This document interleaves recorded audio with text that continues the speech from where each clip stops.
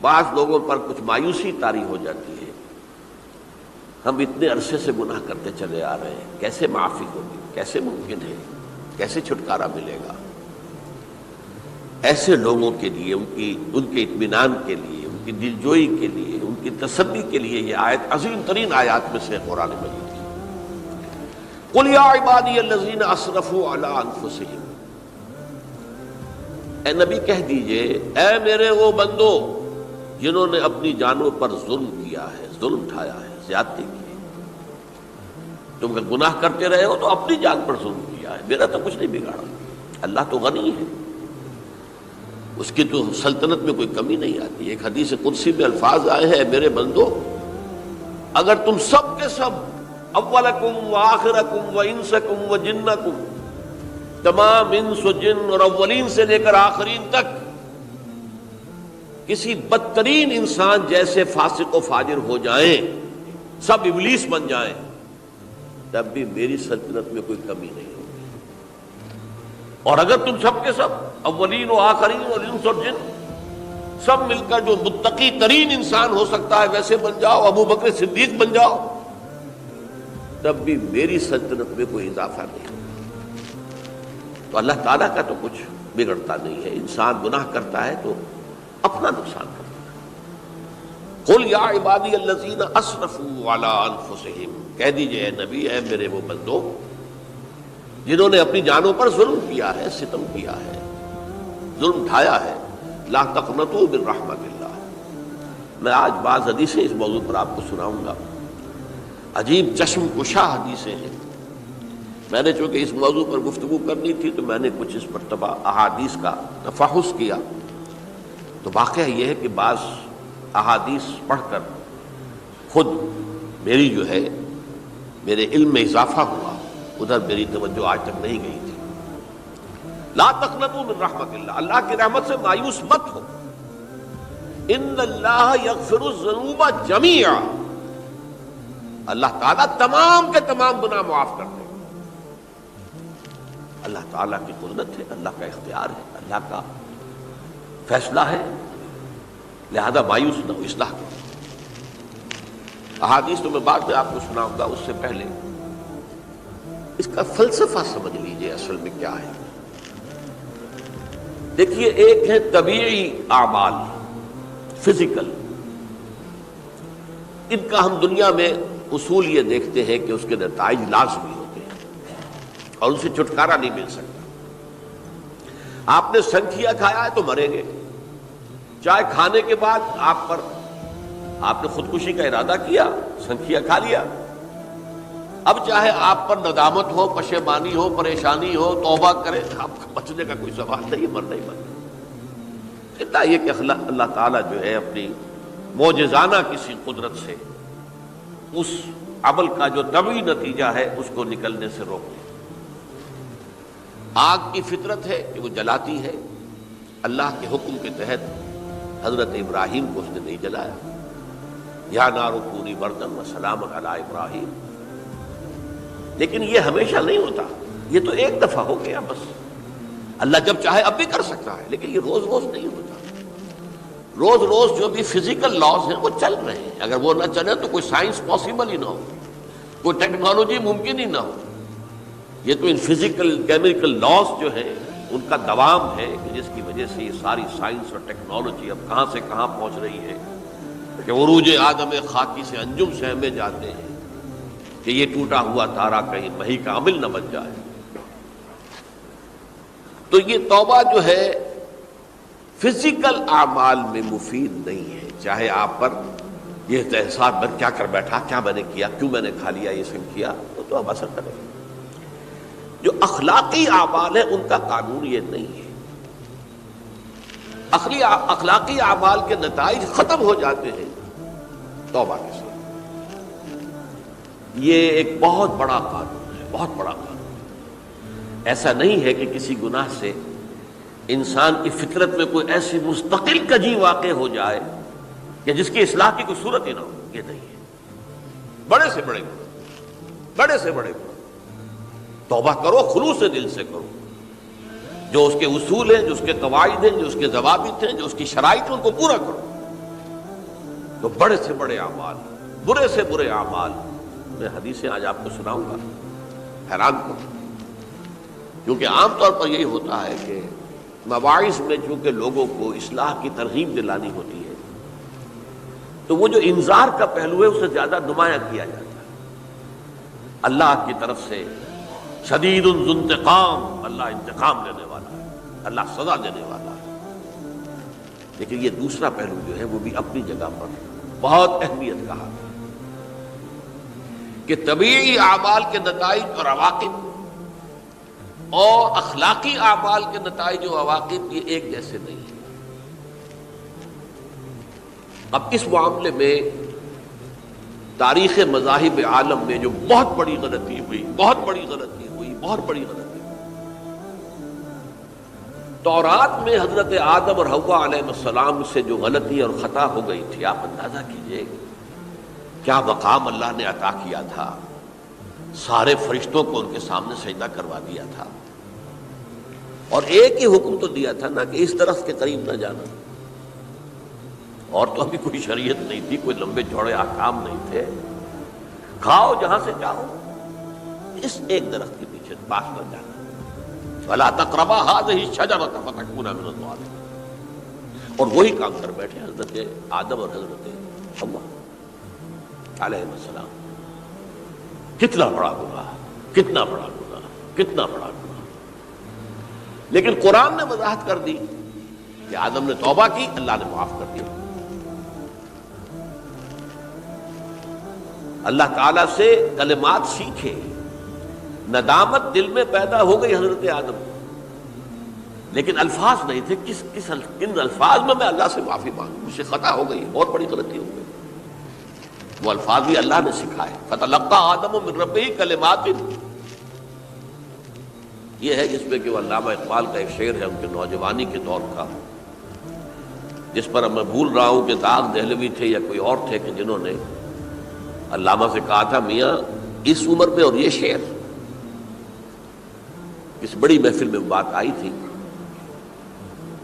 کہ موتی سمجھ کے شان کریمی نے چن لیے قطرے جو تھے میرے عرق انفعال کے، انفعال کہتے ہیں عربی میں پشیمانی، شرمندگی، اور عام طور پر جب کسی انسان پر پشیمانی اور شرمندگی طاری ہوتی ہے تو پیشانی جو ہے اس پر کچھ پسینہ سا آتا ہے، تو قطرے جو تھے میرے عرق انفعال کے موتی سمجھ کے شان کریمی نے چن لیے، اللہ کی نگاہ میں ان کی اتنی قیمت، ان کی اتنی وقت میرے بندے نے پشیمانی اختیار کی ہے، اپنے اس غلط کام کے اوپر اسے رنج اور افسوس ہو رہا ہے، تو اللہ کی نگاہ میں اس کی یہ عظمت ہے، یہ قدرت ہے۔ تو اللہ تعالیٰ نے جب حضرت آدم کے دل میں وہ پشیمانی پیدا ہو گئی تو الفاظ نہیں تھے، کن الفاظ میں؟ ہم کہتے ہیں نا کہ مجھے سمجھ نہیں آ رہا کہ میں کس منہ سے آپ سے بات کروں، میری یہ حیثیت نہیں ہے، میں کن الفاظ میں اپنی جو ہے خطا کا اعتراف کروں، تو اللہ نے وہ کلمات خود سکھا دیے، فَتَلَقَّىٰ آدَمُ مِن رَبِّهِ كَلِمَاتٍ فَتَابَ عَلَيْهِ إِنَّهُ هُوَ التَّوَّابُ الرَّحِيمُ۔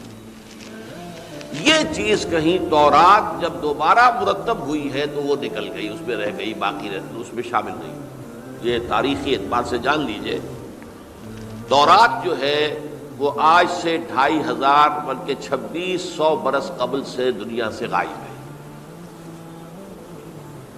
یہ تورات کا جو نسخہ تھا یروشلم میں 587 قبل مسیح میں جب نبوکدنضر نے، شاید آج کل آپ دیکھ رہے ہوں یہ عراق کی جنگ میں عراق کے جو خاص ڈویژنز ہیں عراقیوں کے، ریپبلکن گارڈز کے، ان میں سے ایک کا نام جو ہے وہ نبوکدنضر ڈویژن ہے، ایک کا حمورابی ڈویژن ہے۔ حمورابی جو ہے عراق کا بہت پرانا بادشاہ تھا، اور تاریخ انسانی میں سب سے پہلا قانون اس نے مرتب کیا۔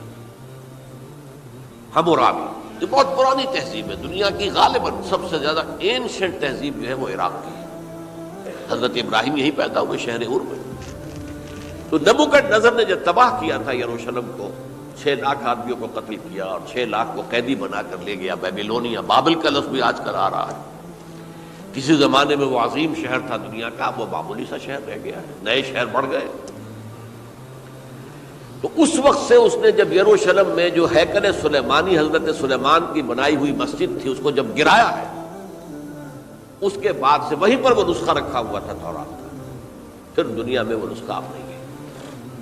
یہودیوں کا کہنا ہے کہ موجود ہے مسجد اقصی کے نیچے، وہ جب اس نے گرایا تھا تو جو نیچے تہخانے تھے وہ نہیں گرے تھے، وہ محفوظ رہتے، اوپر ملبہ آ گیا، اور وہیں پر وہ تورات اور وہ تابوت سکینہ جس میں حضرت موسیٰ کا عصا بھی رکھا ہوا ہے اور بہت سے وہ من اور سلوہ کے بھی کچھ نمونے رکھے ہوئے ہیں، وہ تابوت سکینہ اس کا قرآن مجید میں سورہ بقرہ میں ذکر ہے، وہ بھی موجود ہے، اور جو ربائی وہاں اس وقت تھے ان کے علماء، ان کی لاشیں بھی وہاں پڑی ہوئی ہیں، وہ جب ہم کھدائی کریں گے تو دنیا میں سامنے آ جائے گی۔ لیکن بہرحال اس وقت جو مجھے کہنا تھا وہ یہ کہ چونکہ اصل تورات اس وقت گم ہو گئی، 150 سال کے بعد اسے پھر یادداشتوں سے کچھ مرتب کیا گیا تو اس میں غلطیاں پیدا ہو گئی۔ اب انسانی یادداشت کا معاملہ آ گیا نا، انہی میں سے ایک بڑی غلطی یہ ہوئی، اومیشن یہ ہوئی کہ حضرت آدم نے جو توبہ کی اور اللہ نے قبول فرما لیا، اس کا ذکر اس میں نہیں ہے۔ اس سے نتیجہ عیسائیوں نے کیا اختیار کیا کہ وہ اوریجنل سن کہتے ہیں اسے، وہ جو ابتدائی گناہ تھا عظیم جو ہمارے جد امجد آدم سے سرزد ہوا تھا، اس گناہ کا اثر جو بھی بچہ نسل آدم میں پیدا ہوتا ہے وہ لے کر آتا ہے۔ یہ زمین و آسمان کا فرق ہے۔ اسلام کے نزدیک ہر بچہ جو پیدا ہوتا ہے وہ معصوم ہے، بلکہ مسلم ہے۔ کل مولود یولد علی الفطرہ، جو بھی بچہ پیدا ہوتا ہے وہ فطرت اسلام پر پیدا ہوتا ہے۔ فَأَبَوَاهُ يُهَوِّدَانِهِ أَوْ يُمَجِّسَانِهِ أَوْ يُنَصِّرَانِهِ، یہ تو والدین ہیں اس کے جو اسے مجوسی یا عیسائی یا یہودی بنا لیتے ہیں، ورنہ وہ تو مسلمان ہوتا ہے، فطرت کی کلین سلیٹ لے کر آتا ہے۔ عیسائیت کہتی ہے کہ ہر انسان جو پیدا ہوتا ہے بنیادی طور پر گناہگار ہے، اپنے جد امجد کے گناہ کا بوجھ لے کر آ رہا ہے۔ اب اس کا علاج انہوں نے پھر کیا تجویز کیا، یہ ہے کہ ایک غلطی پر دوسری غلطی اور دوسری پر تیسری غلطی، خشت اول چون حد معمار کج تاثریہ بھی رود دیوار کج۔ اب اللہ نے جب دیکھا اب تو ہر بندہ جو ہے آدم کی اولاد کا بنیادی طور پر پیدائشی طور پر گناہ گار ہے، تو اب کیا کیا جائے؟ تو اللہ نے اپنا اکلوتا بیٹا، صلبی بیٹا مسیح یسوع اسے زمین پر بھیجا۔ یہ الفاظ میرے ہیں کہ اسے قربانی کا بکرا بنا کر اور ان سب کی طرف سے قبول کر لیا، گناہ گاروں کی طرف سے، کہ ان کے گناہ کا کفارہ ہو جائے گا جو عیسیٰ کو مانے۔ یہ عقیدہ ہے عیسائیت۔ جڑ کیا ہے کہ گناہ ہو گیا تو گناہ کا اثر تو رہے گا۔ قرآن یہ کہتا نہیں، اللہ دھو دیتا ہے، تمہاری سیرت و کردار کے اوپر بھی جو داغ ہیں دھل جائیں گے، اور تمہارے نامہ اعمال میں جو دھبے ہیں وہ بھی دھل جائیں گے۔ توبہ کرو، توبوا الی اللہ توبۃ نصوحا، کرو وہ توبہ کے جو بالکل خلوص دل کے ساتھ ہو۔ اب میں ذرا آپ کو کچھ احادیث سنانا چاہتا ہوں، ایک طرح کا یہ تبشیر کا پہلو ہے آج ہماری گفتگو میں کہ جو نمایاں ہوگا۔ یہ بعض احادیث تو چھوٹی چھوٹی ہیں اور یہ بہت مرتبہ میری گفتگو میں آ چکی ہیں، صرف اس وقت حوالہ دے کر گزر جاؤں گا۔ یہ ترمذی اور ابن ماجہ میں حضرت انس ابن مالک رضی اللہ تعالی عنہ سے روایت ہے، حضور نے فرمایا کل بنی آدم خطاؤون وخیر الخطائین التوابون، تمام بنی آدم خطا کار ہیں، خطا کار بھی نہیں، بہت خطا کار ہیں، بہت خطا کار ہیں، لیکن ان خطا کاروں میں بہتر لوگ وہ ہیں کہ جو خوب توبہ کرتے ہیں، غلطی ہو گئی توبہ کریں۔ اور ایک اور حدیث میں آپ کو بتاؤں گا کہ یہ نہیں ہے کہ پھر کبھی وہ غلطی نہ ہو، اس وقت آپ یہ لگا لیں اپنے اوپر یہ کام میں نے نہیں کرنا، اور ایک دفعہ وہ کام چھوڑ دیں تو توبہ ہو گئی۔ پھر اگر کچھ عرصے کے بعد پھر کہیں آپ جذبات کی رو میں بہہ گئے، پھر کہیں کوئی برے اثرات جو ہے وہ پڑے، پھر غلطی، کوئی بات نہیں، پھر توبہ کرو، پھر ہو گیا پھر توبہ کرو۔ تواب اسی لیے کا بار بار بار بار بار بار توبہ کرنے والا۔ تو کل بنی آدم خطاؤون وخیر الخطائین التوابون۔ دوسری حدیث یہ بھی ابن ماجہ اور بہقی میں ہے حضرت عبداللہ ابن مسعود رضی اللہ تعالی عنہ، التائب من الذنب کمن لا ذنب له، گناہ سے توبہ کرنے والا ایسے ہے جیسے اس نے کبھی گناہ کیا ہی نہیں۔ دھل جاتی ہے، تختی دھل گئی، بچے نے تختی لکھی تھی اس کو دھو دیا، ختم ہو گئی۔ ایک حدیث تو پڑھ کر میں بھی چونکا، یہ اصل میں اسلوب ہے بیان کا، بتانے کے لیے کہ تمہارے دلوں کے اندر مایوسی کا غلبہ نہ ہو جائے۔ مایوس اصل میں جو ہے مایوسی، یہ ابلیسیت ہے، نوٹ کر لیجئے اس کو۔ مایوسی ابلیسیت کا عکس ہے۔ مبلس کہتے کسے؟ جو مایوس ہو گیا۔ ابلیس سب سے بڑھ کر مایوس جو ہے وہ ابلیس ہے، اسے معلوم ہے میرا چھٹکارا تو نہیں ہے، لہذا میں جتنوں کو اپنے ساتھ لے کر جہنم میں جھونک دوں، یہی میری کمائی ہے، میں نے تو بچنا نہیں۔ تو ابلیس کہتی ہے اس کو جو انتہائی مایوس، مبلس، جو رحمت خدا بندی سے مایوس ہو چکا۔ اب اس کو دور کرنے کے لیے حدیث سنیے، اور یہ حدیث مسلم شریف کی ہے، صحیحین کے اندر، حضرت ابو ہریرہ سے۔ حضور فرماتے ہیں والذی نفسی بیدہ، قسم ہے اس ذات کی جس کے ہاتھ میں میری جان ہے، لو لم تذنبوا، اگر تم لوگ گناہ نہ کرتے، لذهب اللہ بکم، تو اللہ تعالیٰ تمہیں لے جاتا کہیں اور، ولجاء بقوم یذنبون، اور پھر کسی ایسی مخلوق کو پیدا کرتا جو گناہ کرتے، فیستغفروا اللہ، اور پھر وہ اللہ سے استغفار کرتے اور توبہ کرتے، فیغفر لہم، اور اللہ تعالیٰ انہیں معاف کر دیتا۔ تو میں نے عرض کیا کہ یہ بعض چیزیں ہوتی ہیں کہ جن کا واقع سے کوئی تعلق نہیں ہوتا، لیکن ایک زور بیان کے لیے، ایک بات کو ایمفیسائز کرنے کے لیے، جیسے قرآن مجید میں آتا ہے، اے نبی کہہ دو ان کان للرحمن ولد فانا اول العابدین، اگر اللہ کا کوئی بیٹا ہو تو میں سب سے پہلے میں اس کو پوجوں گا۔ جب میں اللہ کو پوجتا ہوں تو اللہ کا اگر کوئی بیٹا ہوتا تو کیا میں اسے نہ پوچھتا؟ لیکن نہیں ہے۔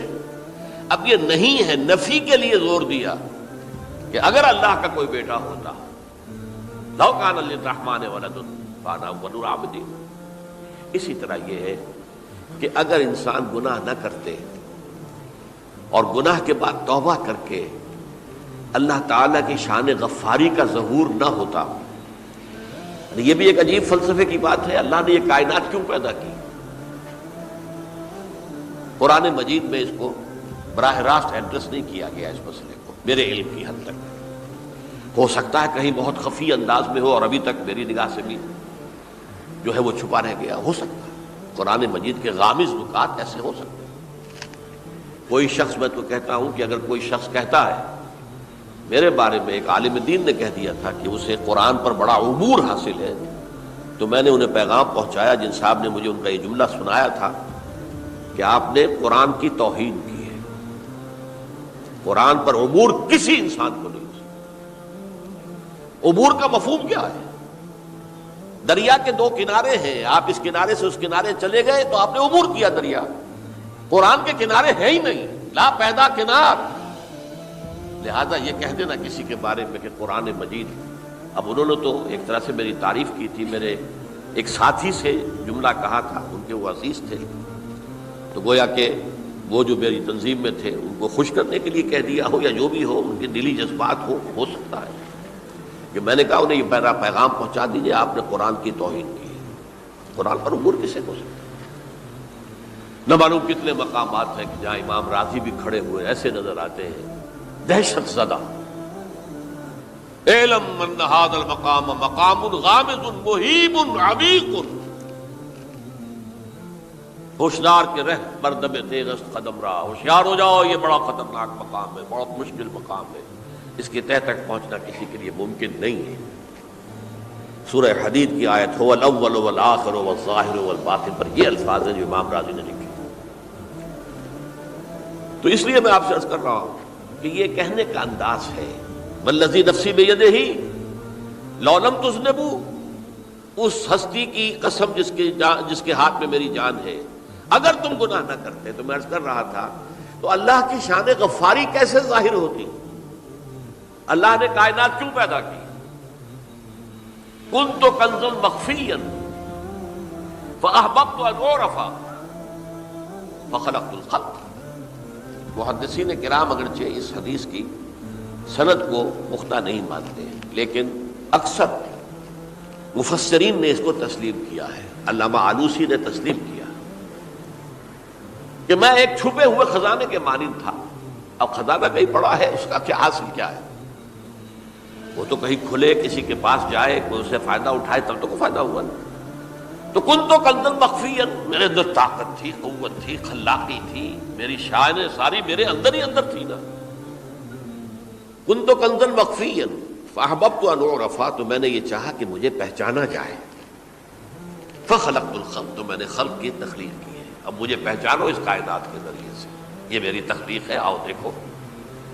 ایک مصور اپنی تصویروں کی نمائش لگا، دیکھو میرے شاہکار، آؤ دیکھو، یہ میرے فن کے کمال کے نمونے، آؤ دیکھو۔ تو یہ ہے سب، دیکھو زمین آسمان، ان فی خلق السماوات والارض واختلاف اللیل والنہار والفلک التی تجری فی البحر بما ینفع الناس وما انزل اللہ من السماء من ماء فاحیا بہ الارض من بعد موتها۔ یہ ساری آیات ہیں، غور کرو۔ اور اسی لیے انسان کو پیدا کیا جس میں یہ فیکلٹی آف اپریسیشن، اللہ کے حسن و جمال و کمال کو پہچاننے کی صلاحیت ہے۔ ورنہ ظاہر بات ہے کہ یہ جمادات کیا پہچانیں گے اللہ کو؟ پہاڑ کیا پہچانے گا اللہ کو؟ اللہ کو پہچاننے کی صلاحیت انسان میں ہے۔ تو یہ چونکہ ایک فلسفہ ہے باقاعدہ کہ اللہ نے تعالیٰ، اسی سے میں کہہ رہا ہوں اگر گناہ نہ ہوتا اور پھر توبہ نہ ہوتی اور میں اس کو معاف نہ کرتا تو میری شان غفاری کا ظہور کیسے ہوتا؟ میری شان ہے نا، غفار بھی ہوں، ستار بھی ہوں، اس کا ظہور کیسے ہوتا؟ تو والذی نفسی بیدہ لو لم تذنبوا لذهب اللہ بکم ولجاء بقوم یذنبون فیستغفروا اللہ فیغفر لهم۔ اگر تم لوگ گناہ نہ کرتے تو اللہ تمہیں ختم کر کے کوئی اور ایسی مخلوق پیدا کرتا کہ جو گناہ کرے اور پھر وہ توبہ کرے اور اللہ اسے معاف کرے۔ اسی سے ملتی جلتی ایک حدیث ہے، یہ امام احمد اور امام بہقی لائے ہیں، اور اس کے راوی حضرت علی ہے رضی اللہ تعالی عنہ۔ ان اللہ یحب العبد المؤمن المفتن التواب، اللہ تعالیٰ کو بہت محبت ہے، یحب۔ اب دیکھیے ایک طرف وہ آیات ذہن میں لائیے، اللہ تعالیٰ کن سے محبت کرتا ہے؟ واللہ یحب المحسنین، یا وہ لوگ ان اللہ یحب الذین یقاتلون فی سبیلہ صفا کانہم بنیان مرصوص، اللہ محبت کرتا ہے اپنے ان بندوں سے جو اس کی راہ میں جنگ کرتے ہیں صفے باندھ کر، گویا سیسا پلائی ہوئی دیوار ہے۔ یہ ہے مثبت کام، نیک کام، محسنین، اللہ کی راہ میں قتال کرنے والے۔ یہاں اس کے برعکس کہا جا رہا ہے ان اللہ یحب، اللہ تعالیٰ محبت کرتا ہے اپنے اس بندے سے، العبد المومن، جو مومن ہو۔ اس کی ایک اور بڑی پیاری حدیث آئے گی، المفتن التواب، جو بہت فتنوں میں مبتلا ہو جاتا ہو اور پھر بہت توبہ کرتا ہو، مفتن التواب، لیکن ساتھ ہی پلٹتا ہو، رجوع کرتا ہو، پھر اللہ کے حضور میں حاضر ہوتا ہو، پھر معافی مانگتا ہو۔ اللہ تعالیٰ کو اپنا ایسا بندہ بہت پسند ہے۔